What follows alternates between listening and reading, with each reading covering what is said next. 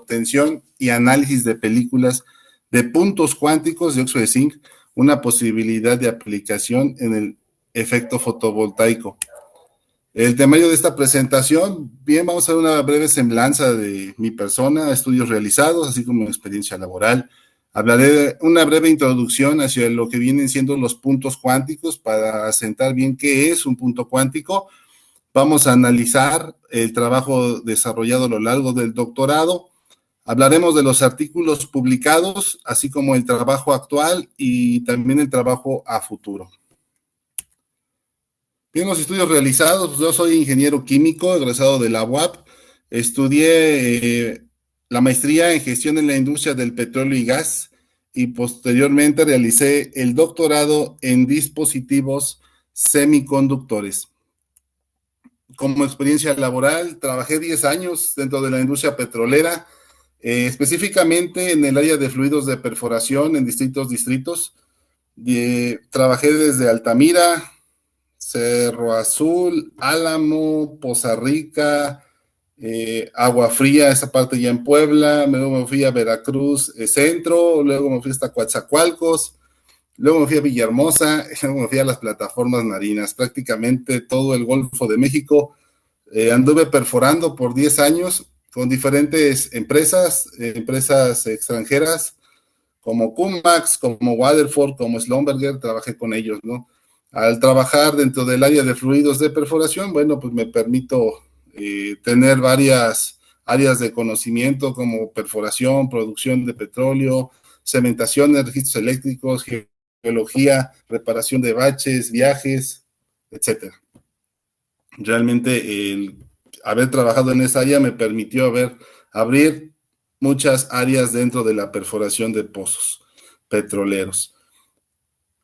También trabajé más de 2 años dentro de la industria de construcción como supervisor de seguridad, salud y protección ambiental.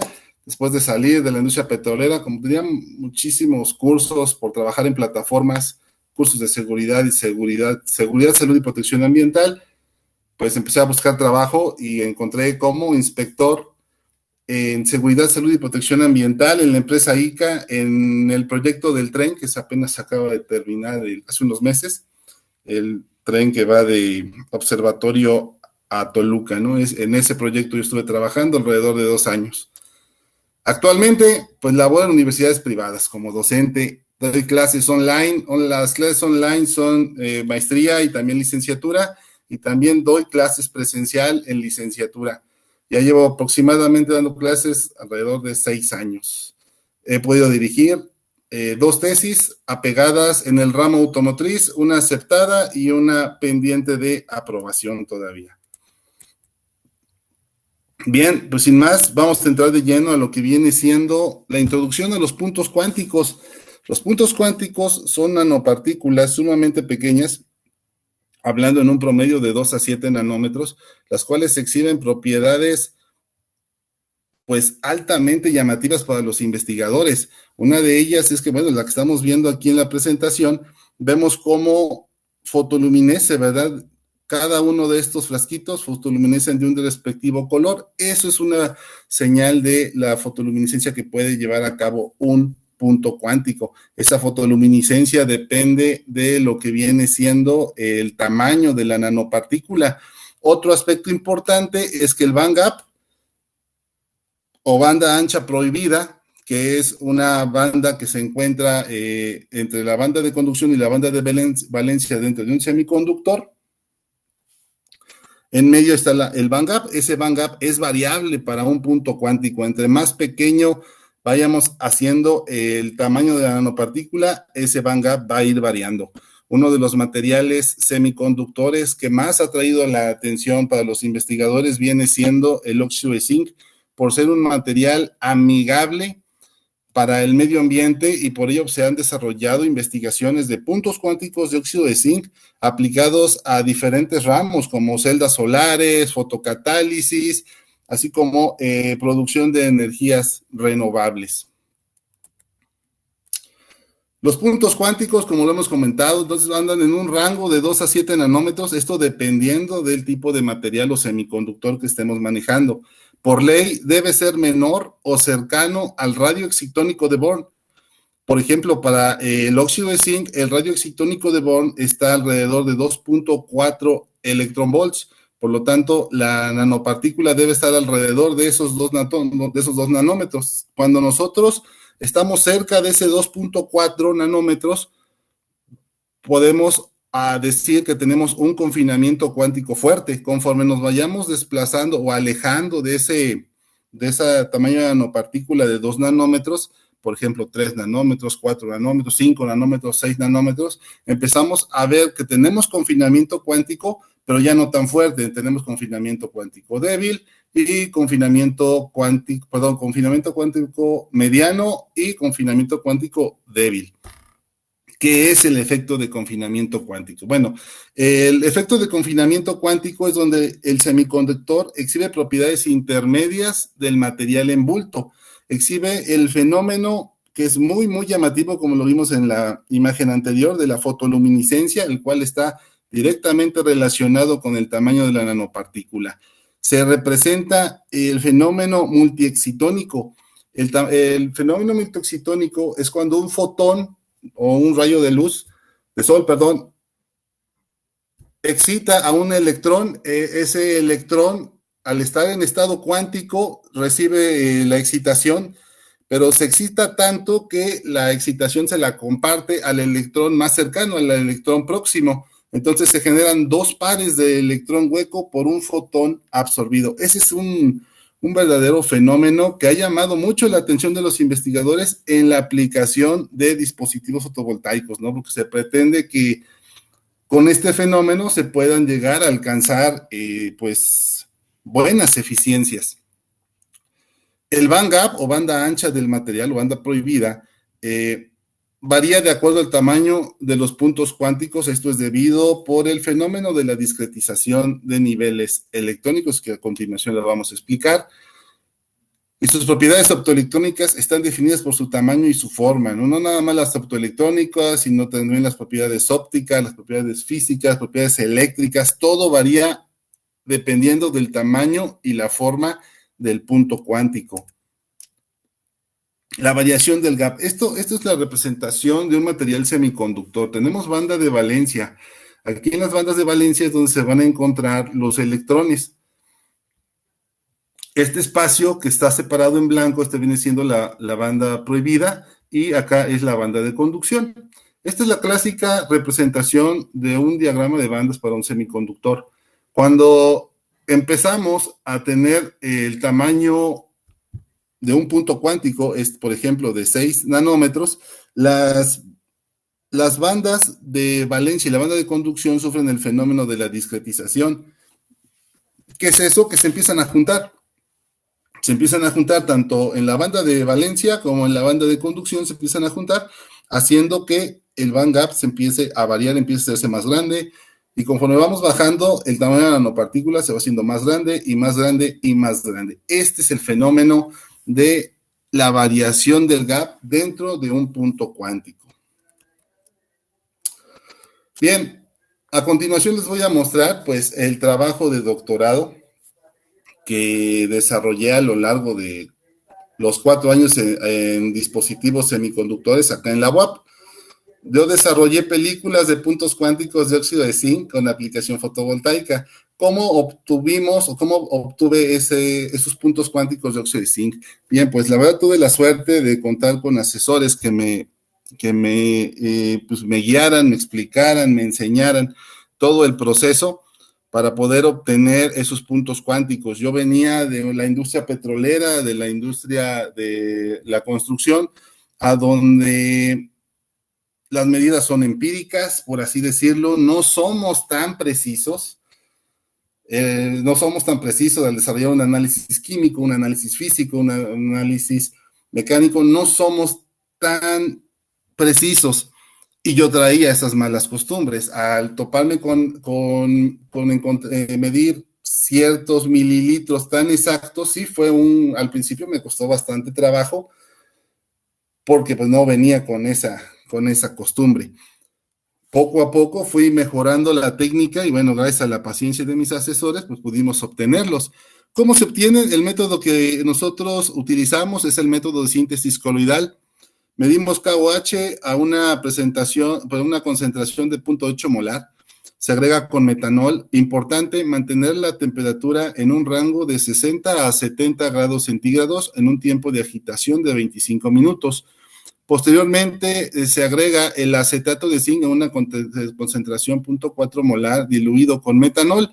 Una vez que agregamos, hacemos esta solución y se lo agregamos a donde está la solución del KOH con metanol, debemos de mantener la temperatura en 65 grados por 2 horas. Este punto, este paso es fundamental para la obtención del punto cuántico. Si la temperatura varía, si la temperatura aumenta o la temperatura disminuye, prácticamente vas a tener que volver a empezar porque puedes continuar con los demás pasos, pero no vas a obtener el punto cuántico. Son muy delicados en base a lo que con respecto a la temperatura es de mucho cuidado. Una vez que han pasado las 2 horas manteniendo esa temperatura a 65 grados, ya tenemos nanopartículas de óxido de zinc. Tenemos alrededor de 80 mililitros, 60 mililitros, por lo tanto debemos de eliminar el solvente.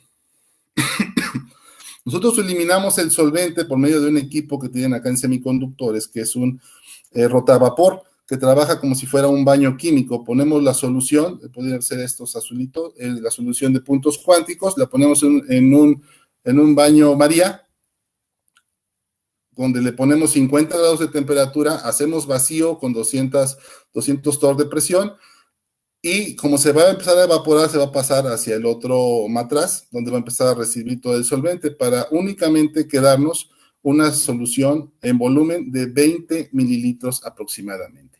Nosotros ahí ya tenemos el proceso de las nanopartículas de óxido de zinc en metanol, para empezar a dar el paso a la purificación, el proceso de la purificación.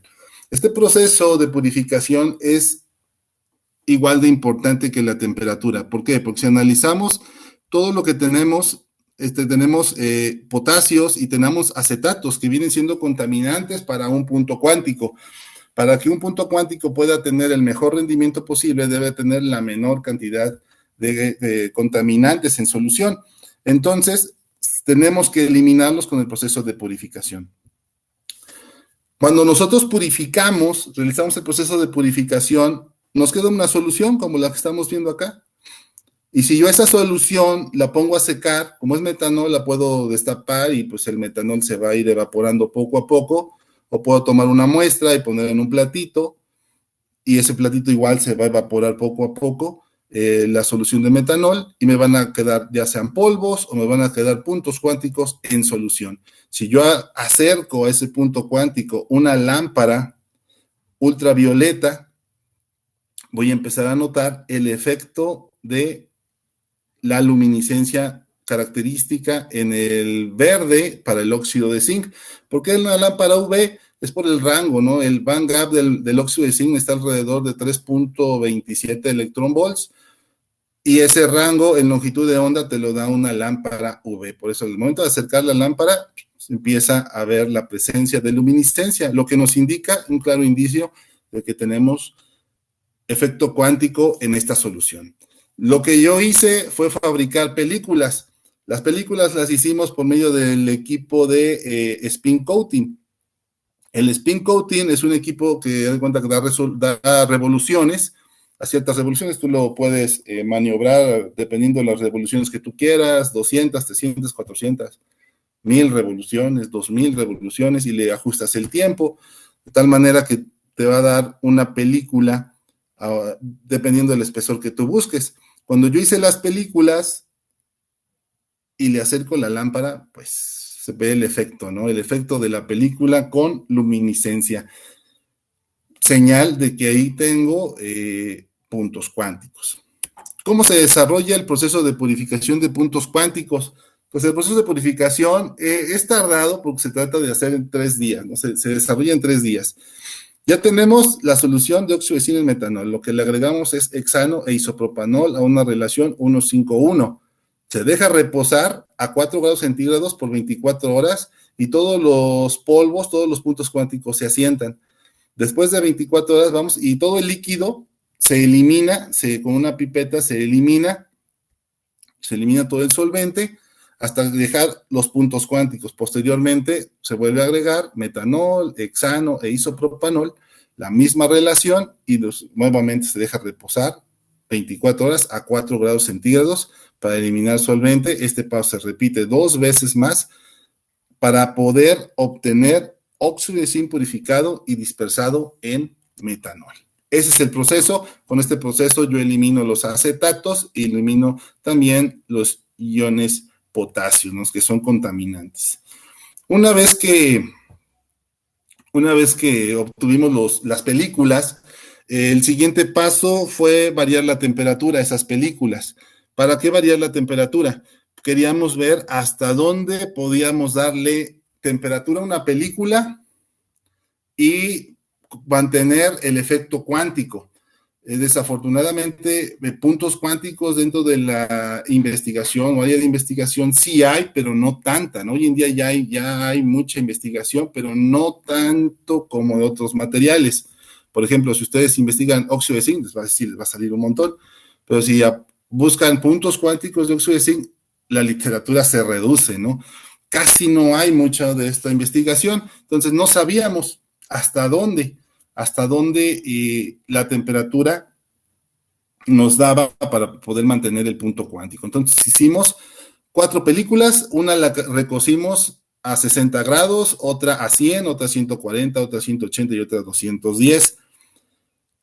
Un punto cuántico se identifica en la difracción de rayos X por los picos anchos. Podemos ver que para todos los casos, los picos o difracciones, mejor dicho, son anchas, ¿verdad? Entonces, eso nos indica que teníamos un tamaño cuántico en esas películas, a 60, a 100, 140, 180 y 210. A 210, ciertamente los picos ya se empiezan a hacer menos anchos, ¿verdad? Eso a comparación de lo que teníamos a 60.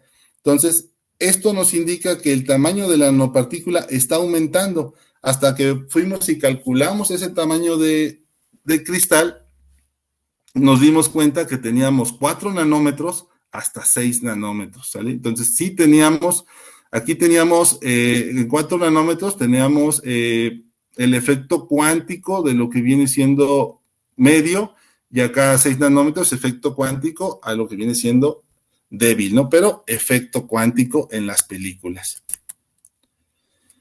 Realizamos la transmitancia por medio de un equipo de UV-Vis que tenemos acá en la UAB, en semiconductores.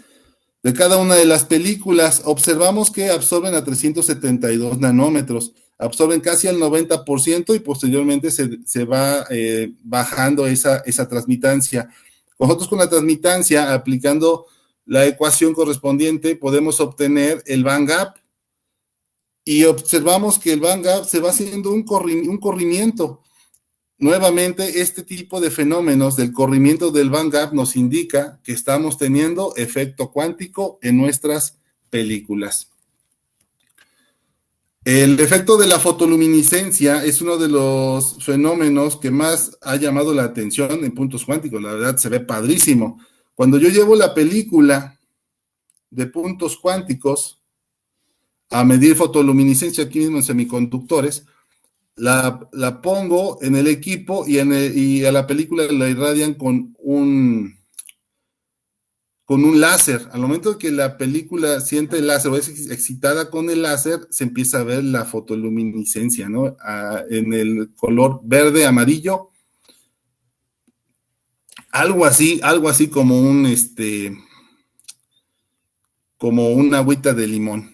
Y cuando le corremos la fotoluminiscencia, vemos que absorbe los picos máximos alrededor de 595 nanómetros aproximadamente, a donde, de acuerdo al espectro, tenemos el color verde e inicia el amarillo, ¿no? Que corresponde a lo que vimos en la imagen.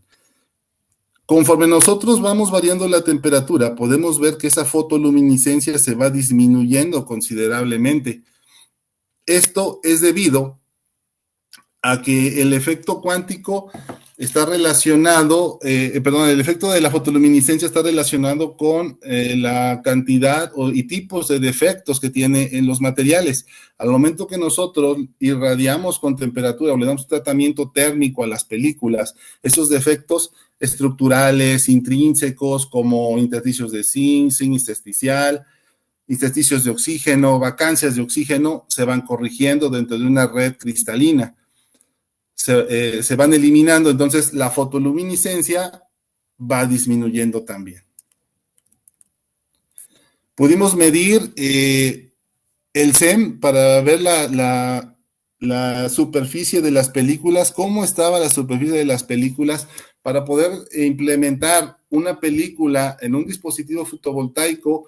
Una película debe de estar perfectamente pulida, por así decirlo, como espejo debe de quedar para poder obtener un buen rendimiento en un dispositivo fotovoltaico. De lo contrario, empieza a tener defectos como pinholes, lo cual, o huecos, para que me entiendan, son como huequitos dentro de la película, lo cual es,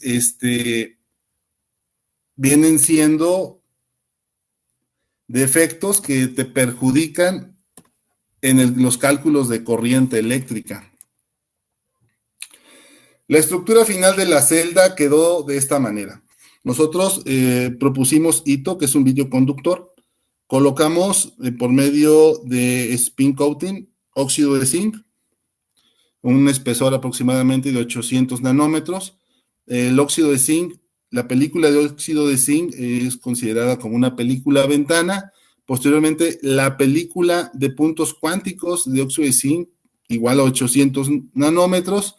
Y el polímero conductor PEDOT-PCS de 5 micras, para posteriormente el contacto plata.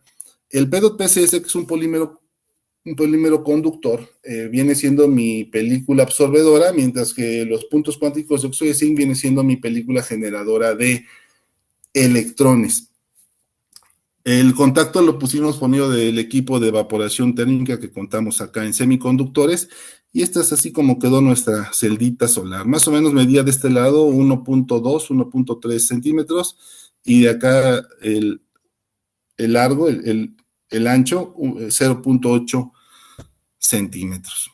Cuando nosotros metemos esta celda a un equipo que mide corriente voltaje, acá en semiconductores, nos damos cuenta que tenemos como resultado la curva de un diodo. La curva de un diodo nos indica que tenemos unión PN, o la unión PN es decir que tenemos la unión entre un material P, un semiconductor tipo P, que es el PEDOT, y un material tipo N, que es los puntos cuánticos de óxido de zinc. Es decir, hasta este momento teníamos un buen indicio de que nuestra película de puntos cuánticos podía llegar a servir dentro de un dispositivo fotovoltaico. La otra vertiente que llevó esta investigación fue generar una matriz que le pudiera ayudar al punto cuántico a poder adherirse mejor a las películas. De esa manera pensábamos nosotros en mejorar el efecto fotovoltaico y reducir ciertamente las tensiones superficiales que pudiera haber entre la película de puntos cuánticos y la del PEDOT-PCS. El óxido de zinc fue obtenido por medio de la técnica de Sol-Gel, en la cual consta de agregar metanol y mezclar con monoetanolamina un tiempo de 12 minutos. Posteriormente se agrega acetato de zinc a una relación 14:1:1. Se agita por 30 minutos para obtener la solución totalmente transparente de óxido de zinc. Una vez que tenemos el óxido de zinc por Sol-Gel, agregábamos a esa misma solución los puntos cuánticos de óxido de zinc. Generé la película por medio de spin coating y lo llevo al equipo de fotoluminiscencia. Cuando la película es irradiada con el láser, bueno, pues ahora en lugar de verde y color amarillo, nos irradiaba una fotoluminiscencia color azul turquesa, realmente muy padre. Yo le tomé foto y en mi celular duró como año y medio la foto, se veía padrísima la fotoluminiscencia. Esa película le pudimos hacer difracción de rayos X para ver si el punto cuántico estaba ahí y la matriz estaba ahí, qué era lo que teníamos ahí, ¿no? O sea, por síntesis tenemos esos materiales, pero la difracción nos dice qué tipo de material y qué tipo de estructura cristalina tenemos. Obtuvimos estos resultados para todas las películas. De igual modo, se les dio tratamiento térmico a 60, 100, 140, 180 y 210. Obtuvimos la difracción más grande a 002 y a 110. Estas dos difracciones son correspondientes para la fase gursita, la fase cristalina hexagonal gursita correspondiente al óxido de zinc. La 002, que es la más prominente, por así decirlo, la difracción más prominente, está relacionada con el óxido de zinc, a que es la fase que requiere menor cantidad de energía para poder difractar, lo cual está correspondiente. Podríamos ver que no están los picos tan anchos, ¿verdad? Como cuando teníamos una sola película con puro punto cuántico, y es que el punto cuántico está dentro de la matriz. Realizamos el cálculo de tamaño de nanocristal y obtuvimos nanopartículas de 4 a 6 nanómetros, es decir, en todas las películas que desarrollamos, nuevamente tenemos efecto cuántico. Le hicimos una transmitancia con la ayuda del equipo VBIS y empezamos a ver algunos resultados sumamente llamativos. Vemos cómo a 60 está la transmitancia a 325, igual que a 100 nanómetros, perdón, a 100 grados centígrados. Pero cuando estamos a 140 empezamos a ver un escalón. Ven cómo sube y luego baja y luego vuelve a subir. Este fenómeno se repite a 180 y a 210 grados centígrados. Este fenómeno está relacionado con transferencia energética por parte del óxido de zinc. Cuando venimos a calcular el band gap del semiconductor, vemos que hay un corrimiento con respecto a lo que teníamos con la pura película de puntos cuánticos. Es decir, anteriormente teníamos 3.27, hoy día se estaba corriendo a 3.53, 52. A 60, a 100 grados centígrados empieza a correr más, y a 140 empezamos a ver un efecto, ¿verdad? Que son conocidos como las colas de Ullrich, relacionado con la transferencia electrónica, ¿no? Entonces teníamos una doble absorbancia de gap dentro de las películas, lo cual nos hizo pues motivarnos más para decir, bueno, tenemos doble gap, podemos decir que tenemos una película que puede ser que nos rinda más eficiencia dentro de una estructura o dispositivo solar. La fotoluminiscencia fue medida y pues, de igual manera, ¿no? Estamos dentro del rango de los 500 nanómetros en longitud de onda, que equivale a un azul y al inicio del verde. Realmente esta película se veía como azul turquesa, así como cuando van a Cancún y ven el mar, así se veía, ¿no? O sea, muy, muy, muy padre.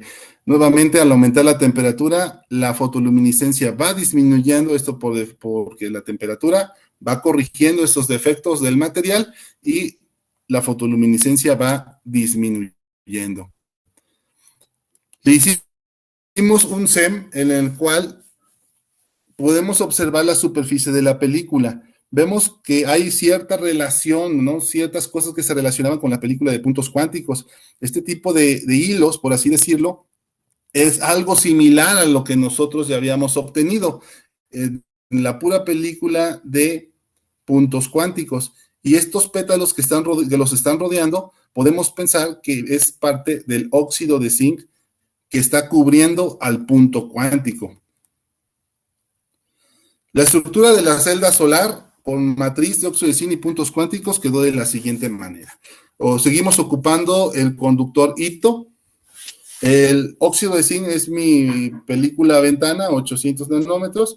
Posteriormente puse la película de la matriz a 800 nanómetros e implementamos el PEDOT-PCS como polímero conductor, igual que la vez pasada, una película absorbedora, el contacto plata, de tal manera que lo que queríamos hacer en este diagrama es que el óxido de la matriz de óxido de zinc con puntos cuánticos generara los electrones. O sea, aquí se diera el fenómeno multioxitónico, generara doble par de electrones y los electrones se vinieran por diferencias de gap hacia el contacto del hito, mientras que el PCS generara los huecos y los huecos se fueran directamente hacia donde está el contacto de la plata para cerrar el circuito y poder generar la fotorrespuesta. Pudimos medir los resultados fotovoltaicos. Sí nos dio alguna eficiencia, aunque fueron eficiencias muy bajas. La película de puntos cuánticos, podemos ver que tenemos fotorrespuesta a 140, 180 y 220. ¿Por qué no tuvimos a menos? Bueno, porque recuerden que teníamos una gran cantidad de defectos estructurales, inerciales en las películas que con las temperaturas se fueron corrigiendo, pero que a final de cuentas no dejan que se logre tener una mejor eficiencia. Si no mal recuerdo, la eficiencia de esta película hablábamos de punto 01, punto 02 y punto 03, ¿no? De eficiencia. Por medio de la película con matriz, medimos la fotorrespuesta y aquí sí pudimos obtener una mejor eficiencia, muy baja, pero sí mejoró considerablemente.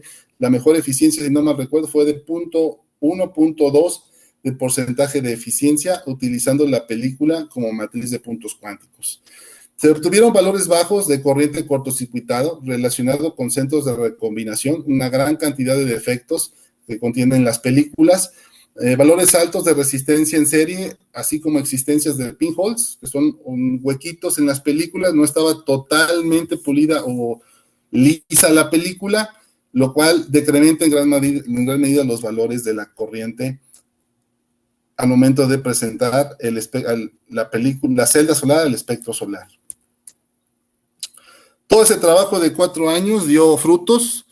Pudimos desarrollar este artículo publicado en la revista Optic, donde se llevó a cabo el análisis en el azul, el verde, amarillo y en el rojo de la emisión de banda para puntos cuánticos de óxido de zinc, prácticamente todo lo que les mostré de las caracterizaciones hacia los puntos cuánticos quedó incrustado en este artículo. Tengo algunos otros artículos publicados. El estudio del efecto Jahn-Teller para un complejo de coordinación, ahí fui coautor. También el efecto de calentamiento sobre propiedades optoelectrónicas del hidróxido de níquel, también fui coautor. Pudimos publicar en la revista mexicana de física el estudio de los defectos nativos para el óxido de zinc analizado por fotoluminiscencia aplicando Maxwell y Boltzmann, así como un artículo donde se llevó a cabo el estudio de algunas tierras raras. El estudiar tierras raras son materiales sumamente, pues que tienen muy bajo estudio, no hay mucho sobre tierras raras, y cada cosa que tú dopes o que tú desarrolles con este tipo de compuestos, pues llama mucho la atención, ¿no? Y bueno, esto lo hicimos, este artículo lo publicamos en una revista de bajo impacto, Sociedad Mexicana de Superficies y Vacíos, pero este fue el inicio para empezar posteriormente a generar las ideas, ¿no? Y si dopamos, y si hacemos esto, y si hacemos lo otro, con tierras raras. Publicamos este artículo de síntesis de carbonato de disprocio y su evolución a óxido de disprocio.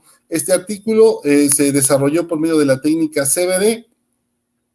La técnica CVD es una técnica en la cual te permite ir obteniendo en diferentes pasos el compuesto que tú quieras. Te puede dar, por ejemplo, para obtener hidróxidos, para obtener calcogenuros o para obtener carbonatos, que fue prácticamente lo que hicimos aquí. Y posteriormente, por medio de un tratamiento térmico, hacer la conversión al trióxido de disprocio. Otro artículo que publicamos, este fue en la revista Inorgánica de Comunicaciones de Química. Este artículo lo presentamos desarrollando la técnica CVD. Lo que yo quería obtener de la técnica CVD con óxido de zinc era obtener paso por paso el hidróxido de zinc, el sulfuro de zinc y el carbonato de zinc y aplicarlo a la degradación de azul de metilano en fotocatálisis. Lo que yo obtuve fueron compositos. Obtuve compositos de hidróxido de zinc con óxido de zinc, obtuve el composito de sulfuro de zinc con hidróxido de zinc y no obtuve el carbonato, pero sí obtuve una hidrocincita de zinc.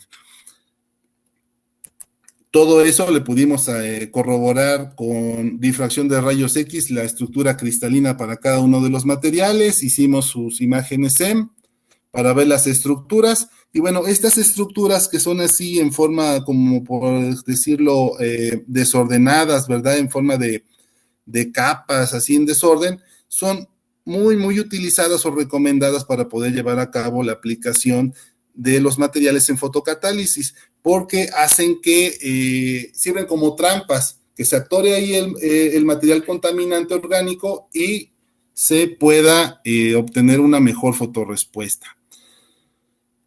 Hicimos los cálculos correspondientes para poder medir la absorbancia, reflectancia y transmitancia de estos polvos, de los 3 compositos que desarrollé. Y bueno, el que más me llamó la atención fue el composito número 1, que es hidróxido de zinc con óxido de zinc. ¿Por qué me llamó la atención? Porque el gap está muy corrido hasta 2.89. ¿Sale? Cuando nosotros querramos aplicar un nanomaterial, un semiconductor a un espectro solar, en base a un espectro solar, el band gap es fundamental. Entre más abajo esté el band gap, es mejor, porque para poder generar el par de electrón hueco, el band gap debe ser mayor o igual, ¿verdad? Entonces, entre más bajo, es mucho mejor. En este caso es de 2.89 electronvolts, lo cual, pues, cuando yo lo vi, dije, pues es un super band gap que podemos utilizarlo perfectamente fotocatálisis. Posteriormente, el de calcogenuro, el de sulfuro de zinc con óxido de zinc, se corrió hasta 3.72 y el de la hidrocincita hasta 3.84. Los resultados de fotocatálisis están mostrados acá. Podemos ver cómo para el band gap más bajo se tiene una super respuesta. Degradamos prácticamente al 92, 93% el contaminante azul de metileno en un tiempo de 80 minutos. Mientras que para el sulfuro de zinc con hidróxido y la hidrocincita, los resultados son muy parecidos. Quizá podríamos decir que este degradó un poco más, aunque es prácticamente lo mismo. Aquí están más juntos los resultados. Se ve mejor el resultado en esta imagen. El negro es el del composito de hidróxido y los otros dos, aquí vemos cómo están casi iguales, ¿no? No hay mucha diferencia de la fotorrespuesta que se obtuvo.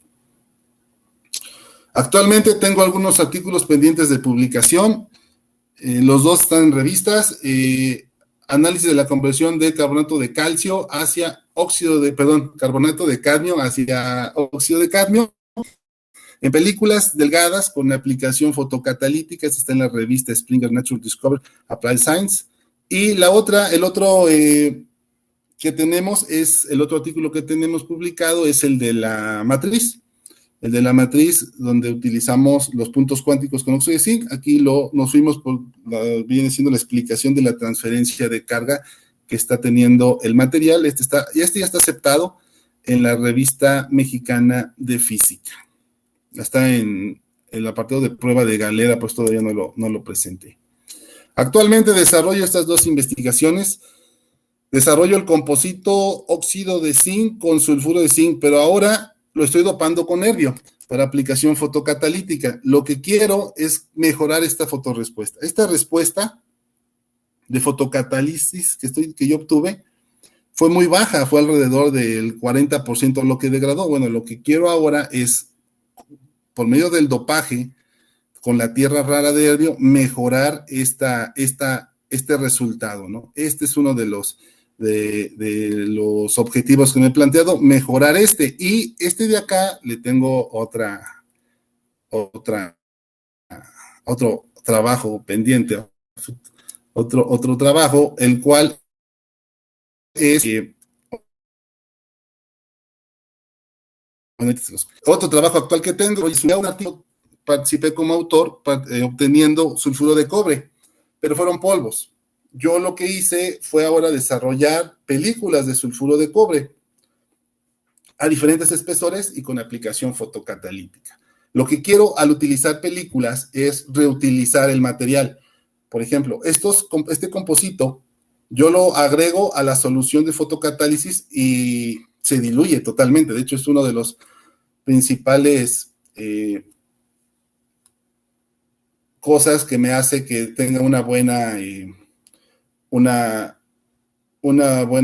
fotocatálisis, porque al diluirse el tamaño de la nanopartícula es muy pequeño y hay una mayor área de contacto, pero no los puedo recuperar, ¿sale? No los puedo recuperar y reutilizarlos. Lo que yo quiero es desarrollar un material que sea reutilizable dentro de la fotocatálisis. Actualmente estoy trabajando con películas de sulfuro de cobre, de manera que quiera ver que se puedan reutilizar esas películas, no en 10 fotocatálisis, pero por lo menos en 2 o 3 procesos, ¿verdad? Y que sea un aspecto pues importante, ¿no? Que sea reutilizable el material para diferentes fotocatálisis. Estos dos son trabajos actuales que estoy desarrollando. Y trabajo a futuro. El composito que obtuve mejor resultado ya publicado fue este.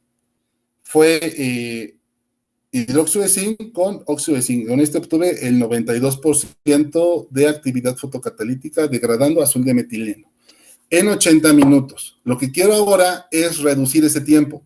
He visto artículos donde hay diferentes materiales que diluyen en 50 minutos, en 60 minutos. Eso es lo que yo quiero alcanzar. ¿Cómo lo pienso hacer? Bueno, lo pienso hacer dopando con tierras raras. Aquí en el posgrado contamos con nervio, gadolinio, cerio y próximamente viene neodimio. Entonces, son tierras raras que puedo ocupar para dopar y mejorar ese tiempo de fotocatálisis, ¿sale? Pero ahora voy a utilizar una zeolita. La zeolita es una esponja. Lo que quiero es cuando ya tenga la solución de los nanomateriales dopados, voy a meter la zeolita para que absorba el material y esa zeolita es la que voy a utilizar como fotocatálisis. ¿Para qué? Para poder obtener un material que sea reutilizable, ¿no? Las películas de sulfuro de cobre, ya he hecho algunas pruebas de fotocatálisis y se me queda el material alrededor de un 60%, ¿sale? Se queda el hueco es lo que, perdón, el centro es lo que se está desprendiendo, el contorno es lo que se está pegando mejor. Lo que me surgió la idea de utilizar zeolitas, que son unas esponjas que absorban el material y que ya han sido utilizadas para catálisis. Entonces, lo que yo quiero es ahora implementar este composito, doparlo y aplicarlo fotocatálisis, ¿no? Y esperando que sea esta vez ya poder obtener un material que sea reutilizable por lo menos en 2 o 3 fotocatálisis, ¿no? Y obteniendo buenos resultados. El siguiente trabajo que tengo como pendientes, bueno, la fotocatálisis produce hidrógeno. El hidrógeno es uno de los materiales más llamativos actualmente. ¿Por qué? Porque por su alto potencial, ¿no? Que puede llegar a tener. Lo que quiero hacer es medir y cuantificar. Medir la concentración, cuantificar cuánto produzco en una catálisis y posteriormente atrapar ese hidrógeno para llevar a cabo su análisis, ¿no? Para ver si puede ser considerado como una alternativa en energías limpias, ¿no? Que es uno de los investigaciones que actualmente se hace dentro de la catálisis, atrapar ese hidrógeno y ver cómo podemos reutilizarlo, ¿no? Esos son los trabajos a futuro que yo me he propuesto. Pues muchas gracias por su tiempo y su atención.